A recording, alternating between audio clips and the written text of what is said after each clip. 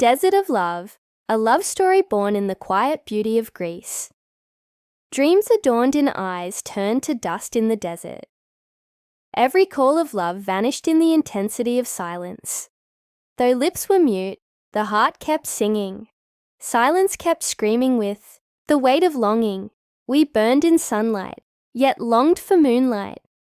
The dreams of union shattered in the agony of separation. You were somewhere in the light. I remained in the dark. Our love was lost in the turning of time. In a small coastal town on a Greek island, the evening sun was slowly dipping into the blue sea. Golden light reflected off the white walls, and the narrow cobbled streets shimmered under a soft orange hue. The wind that blew through those streets carried a silence that touched the soul. In those moments, Elena sat quietly inside her little bookshop, watching the wind stir the pages of old books. She was a girl who lived in a world of words, gentle in nature, deep in thought, with eyes that held unspoken stories.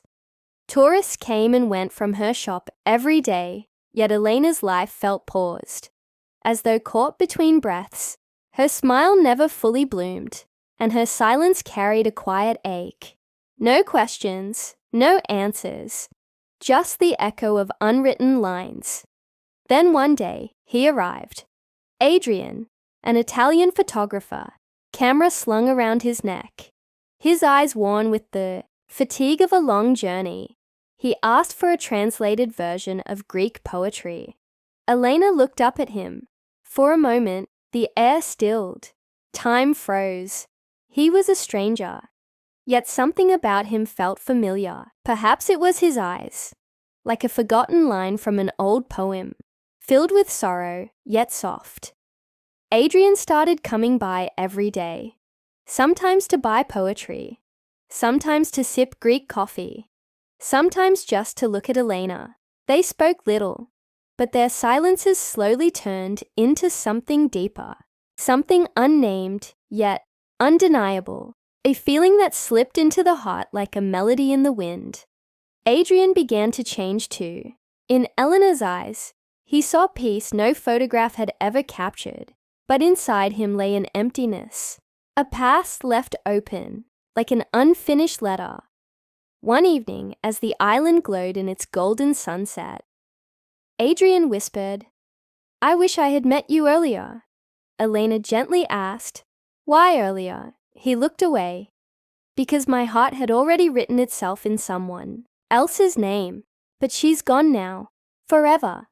And what remains in me is only a memory, not love." Elena's eyes welled with quiet tears.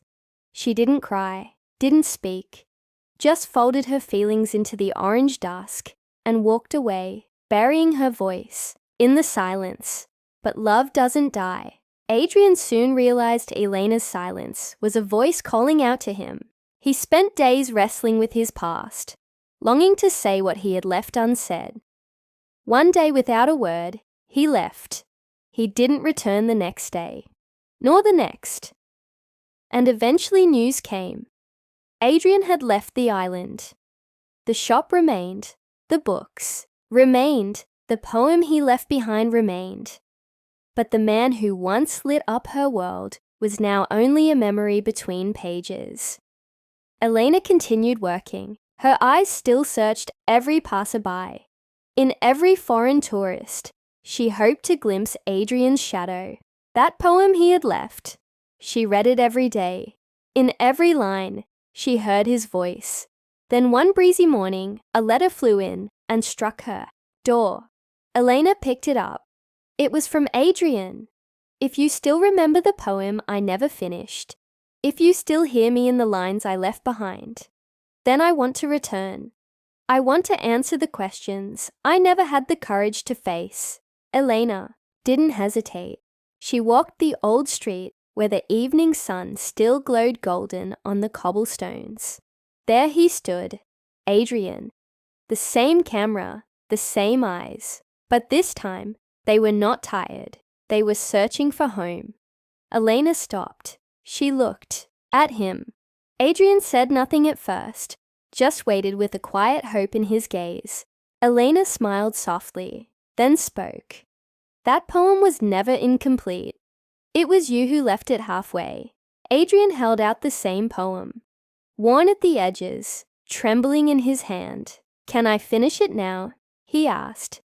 Elena reached out and held his hand, and the desert of love, which had long been a barren silence, bloomed at last, softly, silently, and fully radiant.